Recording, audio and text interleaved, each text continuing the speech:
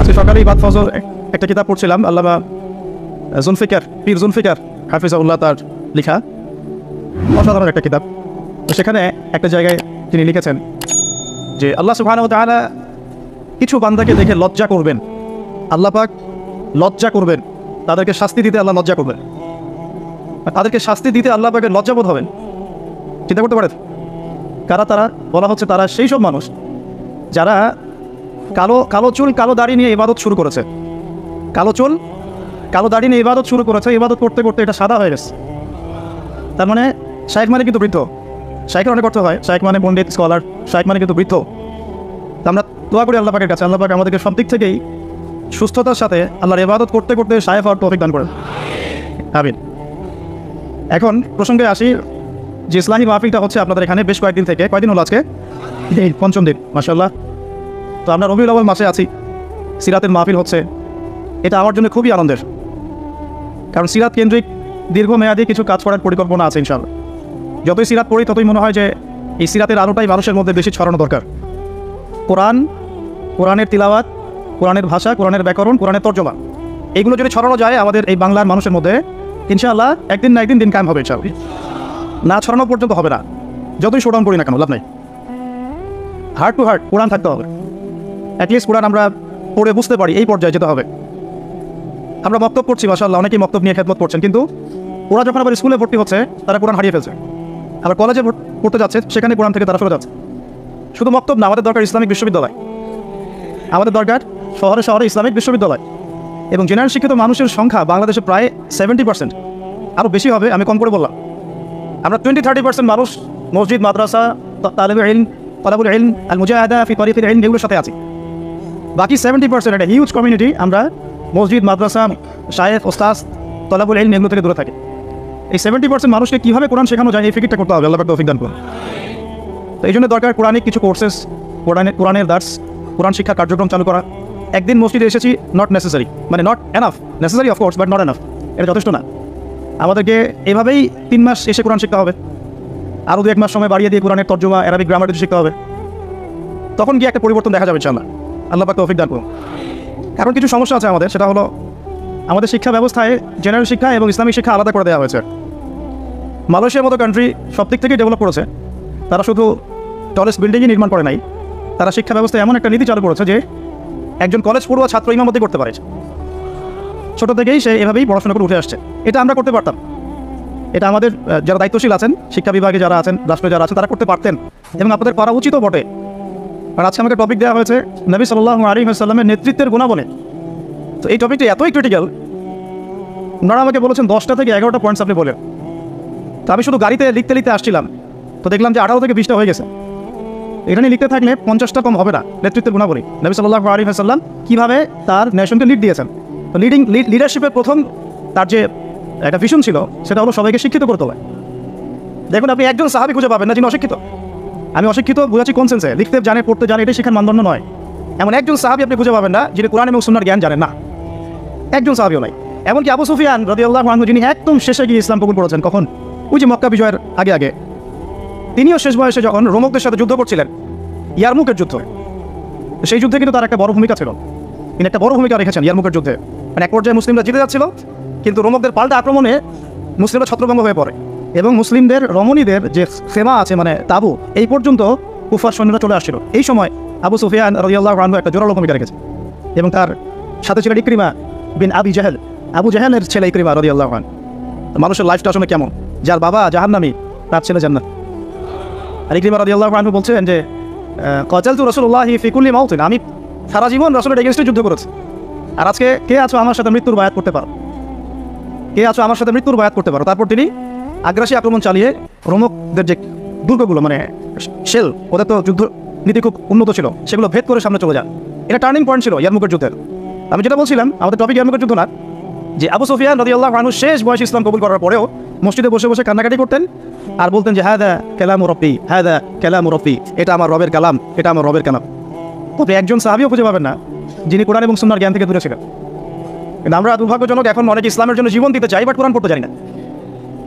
আমার কথা মন খারাপ করবে, আমরা ইসলামের জন্য জীবন দিতে চাই ঠিক, এই প্রেরণা আমাদের সবার মধ্যে একটু কাজ করে, কম বেশি, কারো আবেগে, কারো বিবেকে।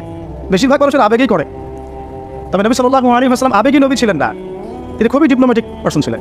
তিনি বুঝে কাজ করতেন, কী করতে যাচ্ছি, কেন করতে যাচ্ছি, আমরা দিকে আসছি ইনশাআল্লাহ। তো প্রথম পয়েন্টটা টাচ করতে চাই, শিক্ষার মধ্যে কোরআন ঢোকাতে হবে। তো এখন যারা আমরা শিখতে পারি না এই দীর্ঘদিন, আমরা কী করবো? এই 60-70% জেনারেল কমিউনিটির জন্য কোরআন শিক্ষার কার্যক্রম চালু করবো ইনশাআল্লাহ। আপনাদের সার্বিক সহযোগিতা চাই এবং অংশগ্রহণ যাচ্ছে ইনশাআল্লাহ। কিছু কিছু নতুন নতুন কোর্সেস আসছে এখন, এগুলো দিয়ে মোটামুটি 6 মাসের মধ্যে কোরআনের বেসিক নলেজ শেখানো যায়, অ্যারাবিক গ্রামার শেখানো যায়। আমি এগুলো নিয়ে ঘাটাঘাটি করছি আলহামদুলিল্লাহ। এই কোরআনের মধ্যেই আলহামদুলিল্লাহ মাত্র 200 থেকে 250টা মাসদার আছে, ফেল আছে, যেগুলো দিয়ে কোরআনের প্রায় 40,000 শব্দ তৈরি করা যায়। 40,000 শব্দ। আর এই কোরআনুল কারীমে মোট শব্দ আছে 78,000, প্রায় 78,000, এক্স্যাক্টলি 77,800টা, প্রায় 78,000। এই 78,000-এর মধ্যে 40,000 শব্দ আপনি মাত্র 250টা মাসদার থেকে বের করতে পারবেন। এগুলো ওলামায়ে কেরাম বুঝবেন আর কি, আমি জাস্ট টাচ করছি। মানে কোরআন নিয়ে অনেক থিসিস গবেষণা হচ্ছে, অনেক কোর্সেস লঞ্চ করা হচ্ছে। চেষ্টা করবো এগুলোকে বাংলা ভাষা অনুবাদ করে হলো আপনাদের পর্যন্ত পৌঁছানোর, আল্লাহ পাক তৌফিক দান করুন। আরেকটা খেদমত দরকার, সিরাতের খেদমত। সিরাত প্রত্যেক যুবকের অন্তরে অন্তরে মুখস্থ থাকা চাই। সিরাতের খেদমত শুনেই আমার ভালো লাগছে, যেখানে সিরাতুন নবী সাল্লাল্লাহু আলাইহি ওয়াসাল্লাম কেন্দ্রিক আমরা আলোচনা করছি। সিরাত এত চমৎকার, এত গভীর, এত মানে ইমোশনাল। সিরাত পড়ে যদি কেউ ওমরাহ করে এবং রাসূল সাল্লাল্লাহু আলাইহি ওয়াসাল্লামের রওজা জিয়ারত করে, সে যে আবেগ অনুভূতি আর ফিলিংসটা পাবে, সিরাত না পড়া মানুষ সেটা পাবে না। সিরাত পড়ে যদি আপনি সিরাতের সাথে সংশ্লিষ্ট স্থানগুলো জিয়ারা করেন, তাহলে যে ফিলিংসটা পাবেন, সিরাত না পড়ে পাবেন। আর কোরআন এবং সুন্নাহর, কোরআনের আয়াতগুলো এবং হাদিসগুলো কোনটা কোন প্রেক্ষাপটে কখন কীভাবে নাযিল হয়েছে, এটা বোঝার জন্য সিরাত লাগে। আদারওয়াইজ আমরা কোরআন সুন্নাহ হাতে নিয়েও বিভ্রান্ত হতে পারি।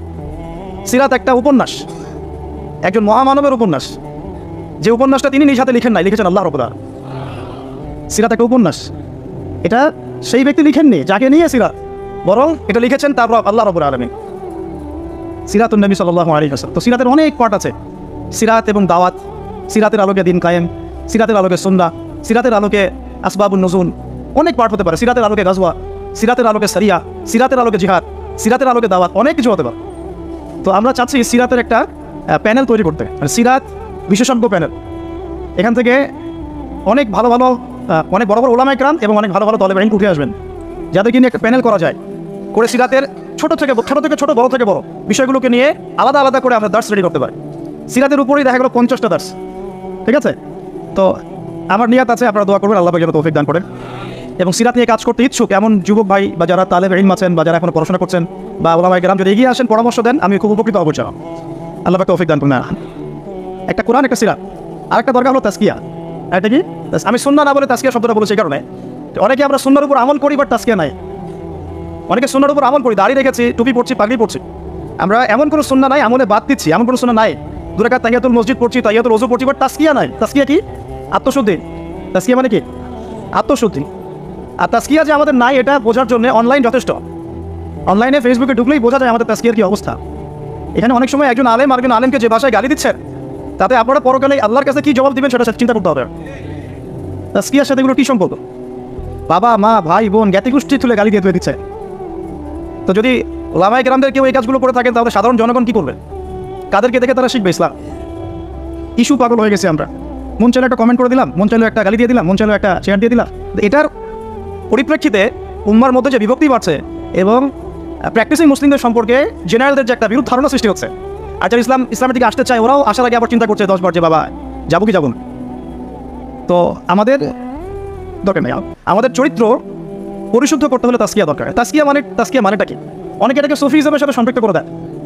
সুফিজম, তাজকিয়া এগুলো ইসলামের কোনো শত্রু হয় এরা। এটা মানুষকে আধ্যাত্মিকত্ব শেখায়, বরং সুন্নাহর উপর আমল করার একটা প্রেরণা তৈরি করে এবং মনটাকে পরিশুদ্ধ করে। ধরেন আমি সারাদিন অনেক সুন্নাহর উপর আমল করছি, কিন্তু আমার এক ভাইকে আমি হিংসা করি। আর হিংসা এখনকার অনলাইনের জগতে ফরজ। হিংসা না করলে কেউ অনলাইনে টিকতে পারবে না, তাকে হিংসা করতেই হবে। এবং সুদ না খাইলে কেউ অর্থনীতি চালাতে পারে না, সুদ এখন ফরজ হয়ে গেছে। ঠিক এরকম অবস্থা, আল্লাহ মাফ করো। তো আমি যদি সুন্নাহর উপর আমল করি কিন্তু আপনাকে হিংসা করি, তাহলে লাইলাতুল বারার মতো রাত্রে আমি ক্ষমা পাচ্ছি না। আল্লাহ পাক বলছেন সবাইকে আল্লাহ মাফ করে দিচ্ছেন এই হিংসুক ব্যতীত। তাহলে তাজকিয়া কি? আত্মশুদ্ধি। ওই আজকের টপিক না, আমি বলছি 3টা জায়গায় ফোকাস করতে হবে খুব বেশি কোরআনের শিক্ষা, স্পেশালি জেনারেলদের মধ্যে। কারণ মক্তব মাদ্রাসা শেখানো হচ্ছে, বাট জেনারেলটা পাচ্ছেন না। এবং শিক্ষাটাকে সহজ করে দেওয়া, সহজলভ্য করা, সহজ করা, যাতে ঘরে ঘরে হার্ট টু হার্ট আমরা কোরআনটা পৌঁছাতে পারি। শুধু তিলাওয়াত নয়, তিলাওয়াতের সাথে অবশ্যই অর্থ বোঝা। শুধু তেলাওয়াত করলে অবশ্যই নেকি পাবেন আপনি, প্রত্যেক হরফে 10 নেকি করে, কিন্তু এটাতে কোরআনের হক পরিপূর্ণ আদায় হয় না, কোরআনের মূল মেসেজটা আমরা পাচ্ছি না। আর 2 নম্বর হচ্ছে সিরাতের শিক্ষা, সিরাতের ব্যাপক প্রচার। আর 3 নম্বর তাজকিয়া, সুন্নাহ ভিত্তিক জীবনযাপন এবং তাজকিয়ার জন্য দরকার আত্মশুদ্ধিওয়ালা মানুষের সহবত। আত্মশুদ্ধিওয়ালা মানুষের সহবত, এই মানুষ খুঁজে বের করা একটা চ্যালেঞ্জ। এই মানুষগুলো খুঁজে পেতে হলেও তাকদিরের একটা ভালো ভাগ্য লাগবে। কারণ দিন শেষে বুঝতে পারছি যে কেউ যদি জাহেল থাকে এটাও তাকদিরেই ছিল, কেউ যদি হকপন্থী আলেমের সহবত পেয়ে যায় এটাও তাকদিরেই ছিল। কিছু করার না, এটা তাকদির। কেউ পাবে কেউ পাবে না, কিন্তু চেষ্টা যে করবে আল্লাহ পাক তাকে মিলাই দিতেও তো পারেন। দিন দিন এরকম আত্মশুদ্ধিতে পরিপূর্ণ ওলামায়ে কেরামদের সংখ্যা কিন্তু কমছে। আপনি খেয়াল করেছেন? কমছে। যে ব্যক্তি হক ও বাতিলকে পার্থক্য করে দেয়, যে ব্যক্তি অন্যের শুভাকাঙ্ক্ষী, যে ব্যক্তি উম্মার ঐক্য চায়, যে ব্যক্তি নিজে যা বলে তার উপর আমল করে, যে ব্যক্তি অন্যকে আল্লাহর দিকে ডাকে, যে ব্যক্তি নিজে হারাম খায় না, যে ব্যক্তি আলেমদের মাঝে বিভেদ সৃষ্টি করে না, যে ব্যক্তি মানুষকে নবী সাল্লাল্লাহু আলাইহি ওয়াসাল্লাম রেখে যাওয়া সুন্নতের দিকে ডাকে, যার অন্তরটা পরিষ্কার, ভিতরে কোনো হিংসা নাই, কোনো অহংকার নাই, কোনো গীবত তহমত কিচ্ছু নাই, এরকম মানুষ, এরকম আলেম খুঁজে পাওয়া কি চারটাখানি কথা? আমার কথা শুনে আপনাদের ইগোতে লাগা উচিত নয়, আপনাদের চোখে পানি আসা উচিত। এই কথা 3টা ওলামায়ে কেরামদের জন্য। আমরা অনেক ওলামায়ে কেরামকে দেখেছি টাইটেল পাস, অন্তরটা হিংসা দিয়ে ভর্তি আছে। এতে আপনি ইগোতে নিয়েন না, বরং আপনার চোখ দিয়ে পানি পড়া উচিত। বিকজ আপনার হিসেব আগে হবে। 3জন ব্যক্তিকে দিয়ে জাহান্নাম উদ্বোধন করা হবে: শহীদ, দাতা, দানশীল, আলেম। আমি এমন অনেক ওলামায়ে কেরামকে দেখেছি যাদের কথাবার্তা, চলাফেরা এবং ওঠা বসাতে অহংকার স্পষ্ট, কেবল অহংকার স্পষ্ট। আর আলহামদুলিল্লাহ আমি এমন অনেক ওলামায়ে কেরামের সহবত পেয়েছি যারা আল্লাহর ওলি, যারা আল্লাহর ওলি। তো এখন এই পর্যন্ত যাওয়াটা আপনার জন্য চ্যালেঞ্জ। আল্লাহর কাছে অনেক দোয়া করতে হবে এবং নিজের অন্তরটাকে নিউট্রাল রাখতে হবে, কোনো দিকে বায়াস্ট হয়ে যাওয়া যাবে না। নিউট্রাল রাখলে ইনশাআল্লাহ তাহলে আপনি বুঝতে পারবেন যে কি হকের উপর আছে, কি বাতিলের উপর। আল্লাহ পাক আমাদের সবাইকে আত্মশুদ্ধিতে পরিপূর্ণ মানুষের সহবত দান করুন এবং আমাদেরকেও সেই আত্মশুদ্ধি অর্জন করার তৌফিক দান। এই 3টা জায়গায় খুব বেশি ফোকাস করা দরকার। সিরাত নিয়ে 2টো কথা বলে আমি আমার টপিকে আসছি। আজকে সবগুলো আলোচনা করবো না, কারণ আপনাদের জন্য একটা সুখবর আছে, আমার জন্য সুখবর। ইনশাআল্লাহ আগামীকাল আমি আবার আসবো। যে অংশটুকু বাকি আছে এই অংশটুকু আমরা আগামীকাল শেষ করবো। আগামীকাল আমাদের এখানে একজন ওস্তাদ আসবেন, তার আগে বা তারপরে, যদিও কালকে আমার ডেট নাই, আমি চেয়ে নিয়েছি এটা, কারণ আমি সিরাত পড়তে গিয়ে দেখেছি যে এটা এক লেকচারে কোনোদিনও আলোচনা শেষ করা যাবে না। এই সিরাতের উপরে আলোচনা করতে হলে আমার 24টা ক্লাস দরকার। একটু এই জায়গাটা শোনেন, এই পুরো সিরাত, আমার হাতে একটা পাতলা সিরাতের বই আছে, সিরাতে খাতামুল আম্বিয়া। তারপর অনেকেই জানেন এই বইটা পড়েছেন, আল্লামা শফি রাহিমাহুল্লাহ রচিত অনবদ্য একটা কিতাব, কলেবর ছোট কিন্তু অনেক গভীর কথা। এরকম সিরাতের অনেক বই আছে। আলহামদুলিল্লাহ আমার বাসাতে মোটামুটিভাবে 15-20 হাজার টাকার সিরাতের বই আছে। অনেক, এটা কিছুই না, 15-20 হাজার টাকার বই। আমাদের ওস্তাদরা কোনো একটা সফরে গেলে একসাথে 2-3 লাখ টাকার বই কিনে। হ্যাঁ, আমাদের ওস্তাদরা এই তো বেশি দূর না, আপনি মার্কাজুর দাওয়ায় গিয়ে দেখেন, শাইখা যখন সফরে যান তখন মনে হয় 2-3 লাখ টাকার বই কিনেন। তাদের কাছে বইয়ের কিন্তু অভাব নাই। একটা লম্বা ঘর ভর্তি পুরো বই আর বই, কিন্তু এতগুলো বই থাকা সত্ত্বেও তারা প্রত্যেক সফরে 1 লাখ, 1.5 লাখ, 2 লাখ টাকার বই কিনেন। তো এটা এমন কিছু না, আমি জাস্ট একটা এক্সাম্পল দিলাম যে আপনারাও এগুলো সংগ্রহে রাখতে থাকেন, ইনশাআল্লাহ আপনার সিরাতের কলেবর বৃদ্ধি হবে। তো যেখান থেকে শুরু করতে চাচ্ছি সেটা হলো সিরাত কেন্দ্রিক আমাদের একটা কোর্স কিন্তু চালু করা হয়েছে এবং সেটা ক্লাস শুরু হবে ইনশাআল্লাহ আগামী 14 কি 16 তারিখ থেকে, সম্ভবত 16 তারিখ থেকে। মানে পুরো রবিউল আউয়াল মাস রেজিস্ট্রেশন হচ্ছে এবং রবিউল সানি থেকে আমরা ক্লাস শুরু করব। 2 মাসের কোর্স, 2 মাসের ক্লাস পাবেন মোট 24টা। এই 24টা ক্লাসে আপনি পুরো এই সিরাতের বইটা শিখবেন ইনশাআল্লাহ। 24টা ক্লাস, প্রত্যেকটা ক্লাস 1 ঘন্টা করে। আর টপ 10 যারা হবেন পরীক্ষা দিয়ে তাদের জন্য অবশ্যই পুরস্কার থাকবে। প্রথম 3 জনের জন্য বাইতুল্লাহ জিয়ারতের তৌফিক ইনশাআল্লাহ। আর এগুলো আমি আমার টাকা থেকে দিব না, আপনারা ডোনেশন পাঠাবেন, অনুদান পাঠাবেন, এই যে ভাইরা আছেন আপনারা হাজির দায়িত্ব নেবেন। আলহামদুলিল্লাহ রেজিস্ট্রেশন যে পরিমাণ হয়েছে তাতে চিন্তা করছি এতগুলো স্টুডেন্টকে আমরা কোথায় এক জায়গায় ক্লাসে বসাবো। আলহামদুলিল্লাহ সিরাতের এই বিপ্লবটা খুব দরকার, আল্লাহ পাক তৌফিক দান করুন। আর আমভাবে আপনাদের সবার জন্য একটা কুইজ কন্টেস্ট আছে সামনে, অনলাইনে হয়তো দেখেছেন কিনা জানি না। সিরাতের উপরেই, এই বইটার উপরে প্রশ্ন হবে 100টা প্রশ্ন এমসিকিউ স্টাইলে, নেগেটিভ মার্কিং থাকবে, ভুল করলে 0.5 মার্কস কাটা যাবে। এটাতে যদি টপ করতে পারেন 50,000 টাকার পুরস্কার। এভাবে 40, 30, 20 করতে করতে টপ 10। আর যারা এটাতে অংশ নেবেন সবাইকে আমরা সিরাতের একটা করে বই ফ্রি দেবেন সব। এটাতে রেজিস্ট্রেশন মাশাআল্লাহ অনেক হয়েছে, আমরা দোয়া করি আল্লাহ পাক সবার মধ্যে সিরাতের প্রতি মহব্বত সৃষ্টি করুন। এখন আসেন টপিকে আস, কঠিন টপিক, নবী সাল্লাল্লাহু আলাইহি ওয়াসাল্লামের নেতৃত্বের গুণাবলী। তো আমাদের এখানে নিশ্চয়ই নেতারাও আছেন। নেতা বলতে শুধু রাজনৈতিক নেতা বোঝাচ্ছি না, পরিবারের নেতা, মসজিদের নেতা, এই মার্কেটের নেতা, অর্থনীতির নেতা এবং অবশ্যই আমাদের সম্মানিত পলিটিক্যাল নেতৃবৃন্দ তো আছেন। তো লেকচারটা সবার জন্যই, আল্লাহ পাক আমাদের সবাইকে মনের গান দিয়ে শোনার তৌফিক দান। সোজা কথায় আসি, নবী করিম সাল্লাল্লাহু আলাইহি ওয়াসাল্লাম নবী হওয়ার আগে তিনি যে গুণাবলীগুলো অর্জন করেছিলেন, এই গুণাবলীগুলো আমরা অনেক সময় পাশ কাটিয়ে চলে যাই। আমরা আলোচনা শুরু করি নবী সাল্লাল্লাহু আলাইহি ওয়াসাল্লাম নবী হওয়ার পর থেকে। আদতে নেতৃত্বের গুণাবলীর পয়েন্টটা যদি নিয়ে আসতে হয় আমাদেরকে এখান থেকে আলোচনা শুরু করতে হবে। নবী সাল্লাল্লাহু আলাইহি ওয়াসাল্লাম নবুয়ত পাওয়ার আগে কেমন মানুষ ছিলেন। একটা হাদিস থেকে আমরা এটা বুঝতে পারি, এটা সহিহ বুখারীর প্রথম খণ্ডের ওহী অধ্যায়ের মধ্যে আছে এবং খাদিজা রাদিয়াল্লাহু আনহা এখানে অনেকগুলো কথা বলেছেন। হাদিসটা অনেক লম্বা, আপনারা বাসায় গিয়ে একটু দেখে নিন। আমি খুব শর্ট করে মূল জায়গাটা বলছি। আল্লাহ নবী সাল্লাল্লাহু আলাইহি ওয়াসাল্লাম যখন ওহী প্রাপ্ত হলেন, আপনারা জানেন উনি ভয় পেয়েছিলেন। জিবরাইল আলাইহিস সালাম এসে তাকে বলেছিলেন যে আপনি পড়ুন। তিনি বলেছেন মা নবী করি, আমি তো পড়তে জানি না। তখন বলা হচ্ছে পড়ুন। আবার বলছেন আমি তো পড়তে জানি না। চেপে ধরা হচ্ছে, ছেড়ে দেওয়া হচ্ছে, চেপে ধরা হচ্ছে, ছেড়ে দেওয়া হচ্ছে, 3বার চেপে ধরা হয়েছে। একটু চিন্তা করতে পারি কিনা আমরা, যদি কোনো জিনও এসে আমাকে চেপে ধরে তাহলে কি অবস্থা হবে? জিন তো খুব বেশি শক্তিশালী না। আউযু বিল্লাহি মিনাশ শাইতানির রাজিম পড়লেই চলে যাবে, অথবা আউযু বিকালিমাতিল্লাহি তাম্মাতি মিন শাররি মা খালাক পড়লে চলে যাবে, অথবা বিসমিল্লাহিল্লাযী লা ইয়াদুররু মা ইসমিহি শাইউন ফিল আরদ ওয়া লা ফিস সামা ওয়া হুয়াস সামিউল আলিম পড়লে ইনশাআল্লাহ চলে যাবে। আরও অনেক দোয়া আছে, জানতে হলে স্পেশাল সাক্ষাৎ দরকার ভিজিটের সাথে, ঠিক আছে?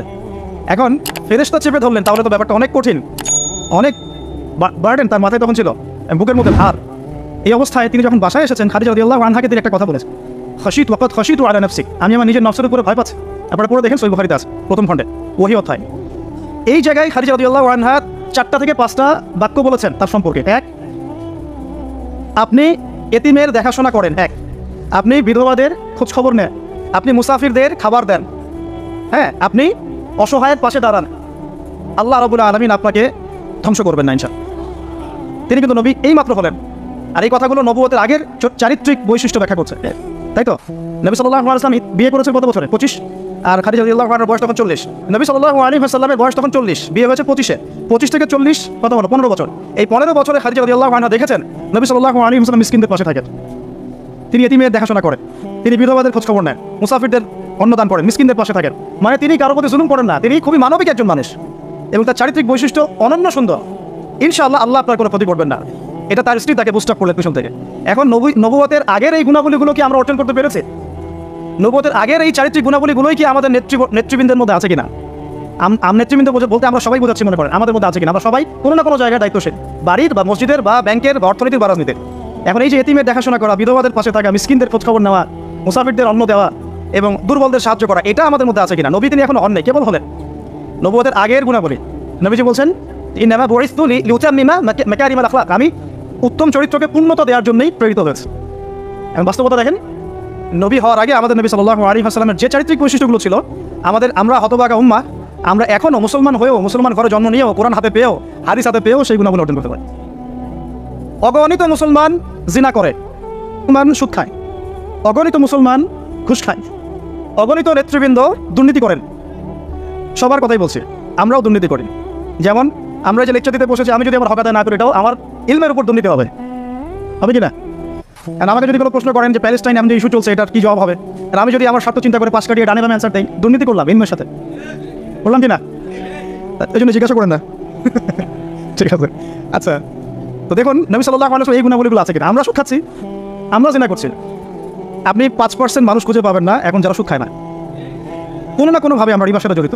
আর যারা ইকোনমিক্স নিয়ে পড়াশোনা করেন, ওই আলেমদেরকে জিজ্ঞাসা করবেন। যারা ইকোনমিক্স নিয়ে পড়াশোনা করেছেন এমন আলেমকে জিজ্ঞাসা করবেন, পেপার মানি, ইলেকট্রনিক মানির মধ্যে রিবা আছে কি নাই। যাদের মধ্যে এই জ্ঞান নেই, ওদেরকে জিজ্ঞাসা করে লাভ নাই। তারা বলবে খারেজি। কি বলবে? তারা বলবে খারেজি হয়ে গেছে। সুবহানাল্লাহ। যাই, আমরা দোয়া করি আল্লাহ পাক তাদেরকে তাসকিয়া দান। হয়তো বা বোঝে না, অথবা দুনিয়ার স্বার্থে কথা বলে। এখন আমরা জিনা করছি, উঠতে বসতে, চলতে ফিরতে, বাসে, অটোতে, উবারে, এইখানে এখানে সবখানে। আমি বলেছি আমার আশঙ্কা, আমি ঢাকা শহরেরই বাসিন্দা, এখন তাকদীর আমাকে এখানেই মিলাই দিছে, কীভাবে জানি। আসলে আল্লাহ রাব্বুল আলামিন মানুষের কী পছন্দ করেন। আমি একসময় অহংকার করে 2 দিন বলেছিলাম, মনে হয় আমার মনে আছে, যে আমাকে ফ্রি একটা ফ্ল্যাট দিলেও ঢাকাতে আমি থাকবো না কখন। এটা আমি বলেছিলাম আজকে থেকে 5 বছর আগে, 6 বছর আগে। আল্লাহ রাব্বুল আলামিন হয়তো এই কথাটা পছন্দ করেন, কারণ আল্লাহ পাক কালকে অহংকার এরকম শক্ত কথা পছন্দ করেন না, মেবি আল্লাহ ভালো জানেন। তো আল্লাহ পাক এখানেই আমাকে শ্বশুর বাড়ি দিয়ে দিস, থাকবে না মানে থাকতেই হবে। আর আলহামদুলিল্লাহ এখানে এসে দেখলাম যে মাশাআল্লাহ, বাংলাদেশের অনেক বরেণ্য উলামায়ে কেরাম এই শহরকে কেন্দ্র করে কাজ করেন। তাদের সোহবত যদি না থাকতো আমি শহরে থাকতাম না, তাদের সোহবত যদি না থাকতো এই শহরে হয়তো আমি থাকতাম না। তবে তারা এই শহরের যান্ত্রিক জীবন থেকে দূরে থাকেন, কারণ যান্ত্রিক জীবনে আপনি আল্লাহর নূর মারিফত বুঝতে পারবেন না। তারা যদি এইরকম বিজি লাইফ লিড করতেন, তাহলে আমরা এরকম কিতাবগুলো পেতাম না। এখন খেয়াল করে দেখবেন, এখানে জন্ম নিয়ে কতজন আলেম হয়েছে, এই শহরে জন্ম নিয়ে বাই বর্ন ঢাকায় জন্ম নিয়ে কতজন আলেম হয়েছে, যারা উলামায়ে কেরাম তারা বাহির থেকে এসে এই শহরকে আলোকিত করছেন। বুঝতে পারছেন কি বিষয়টা? এখন দেখুন, আমরা সব জায়গায় জেনা করছি। আমার আশঙ্কা, ঢাকা শহরে যদি কোনো বড় ভূমিকম্প হয় বা ছোটো হয়, জেনার পাপের কারণে হবে। আল্লাহ পাক আমাদেরকে হেফাজত করুন। আর আমি আজকে আরও বেশি কনসিয়াস এবং ভয় পাচ্ছি এই কথাটা বলতে, যে যদি আল্লাহর কোনো গজব চলে আসে, তখন ভালো মন্দ কোনো মানুষ ছাড় পাবে না, আমরাও ছাড় পাবো না। ভালো মানুষ মনে হয় ছাড় পাবো এমন না। কারণ আজকে সকালে আমি একটা কিতাব পড়ছিলাম, আল্লামা হুসাইন আহমদ মাদারী রাহিমাহুল্লাহ, আপনার নাম শুনেছেন নিশ্চয়ই, উলামায়ে দেওবন্দের একজন নক্ষত্র। তার একটা কিতাব আছে, শেষ খলিফার পদধ্বনি। বলছেন শেষ খলিফার পদধ্বনি, ইমাম মাহদীকে নিয়ে লিখেছেন উনি, মাশাআল্লাহ। এই কিতাবটার পাণ্ডুলিপি পাওয়া গেছে প্রায় 75 বছর পরে, হারিয়ে গিয়েছিল এটা। আর তাকে ওই ইতালির পাশে মাল্টা একটা জায়গা আছে, ওখানে ব্রিটিশরা নির্যাতন করেছিল, নিয়ে গিয়ে ওইখান থেকে হারিয়ে গেছে বইটা। যাই হোক, তো ওইখানে তিনি একটা হাদিস এনেছেন যে যখন ইমাম মাহদির হাতে বায়াত নেওয়া হবে, জায়গাটা হচ্ছে হাজারে আসওয়াদ, দেখেছেন হাজারে আসওয়াদ, তারপর এই কর্নার হাজারে আসওয়াদ, রুকনে ইয়ামানি না, কিন্তু অনেকে রুকনে ইয়ামানিকে হাজার আসওয়াদ মনে করে। হাজার আসওয়াদ এবং এই যেখানে আছে মাকাম ইব্রাহিম, এর মাঝখানে বায়াত নেওয়া হবে। আর বায়াত নেবেন কতজন জানেন? 313 জন। 313 জন। বদরি সাহাবী 313, তালুতের বাহিনী 313, এখানেও 313। তো বায়াত যখন নেওয়া হবে শাম থেকে, তখন একটা দল আসবে তাদের বিরুদ্ধে যুদ্ধ করতে। নবী সাল্লাল্লাহু আলাইহি ওয়াসাল্লাম বলেছেন শামের ওই বাহিনীকে মক্কা মদিনার মাঝখানে বাইদা নামে একটা জায়গা আছে, এখানে ধসিয়ে দেওয়া হবে। আয়েশা রাদিয়াল্লাহু আনহা বলছেন তখন তো অনেক সাধারণ মানুষও থাকবে, নবীজি বলেন সবাইকে ধসিয়ে দেওয়া হবে। এখান থেকে একটা দলিল আনা হয়েছে, ওখানে আল্লাহর গজব চলে আসলে ভালো মন্দ সবার উপরেই আসবে, এরপর কিয়ামতের দিন নিয়াত অনুযায়ী মানুষকে ওঠানো হবে। আল্লাহ পাক আমাদেরকে আল্লাহ পাকের গজব থেকে হেফাজত করুন, আমাদেরকে ইসলাম এবং সংশোধন দান করুন, আমাদের এই খায়াত আল্লাহ বরকত দান করুন। আল্লাহ পাকের গজব আসে এমন কাজে লিপ্ত হওয়া থেকে আল্লাহ পাক হেফাজত। নবুয়তের আগের ক্যারেক্টার আমরা অর্জন করতে পারিনি, এই পয়েন্টটা ছিলাম। জেনা প্রচুর হচ্ছে, স্পেশালি ইয়াং জেনারেশনের দিক। আল্লাহ পাক আমাদেরকে জেনা থেকে বাঁচিয়ে রাখ। আর মেয়েদের কথা তো বলার অপেক্ষা নাই, কী অবস্থা, কী অবস্থা আমাদের শহরের মেয়েদের, কী অবস্থা আমাদের মা বোন স্ত্রীদের, কী অবস্থা। আমরা আল্লাহর কাছে কী জবাব দিই? আমরা কেউই চোখের পথ থেকে মুক্ত নই, আর যারা অনলাইনে বিচরণ করি তারা তো মোটেই না। আমরা আল্লাহর কাছে আসলে কী জবাব দেব? ও মার্কেটেই আছি তো বসে, আমরা তো মার্কেটেই বসে আছি। সুবহানাল্লাহ, মার্কেট মানে এখন মহিলা, মার্কেট এখন ছেলের চেয়ে মহিলা বেশি। মানে আমরা কামাই রোজগার করে বাসায় গিয়ে টাকা ধরিয়ে দিয়ে যাও। আল্লাহ পাক আমাকে ইসলাম দান করুন, আপনাদের সবাইকে ইসলাম দান।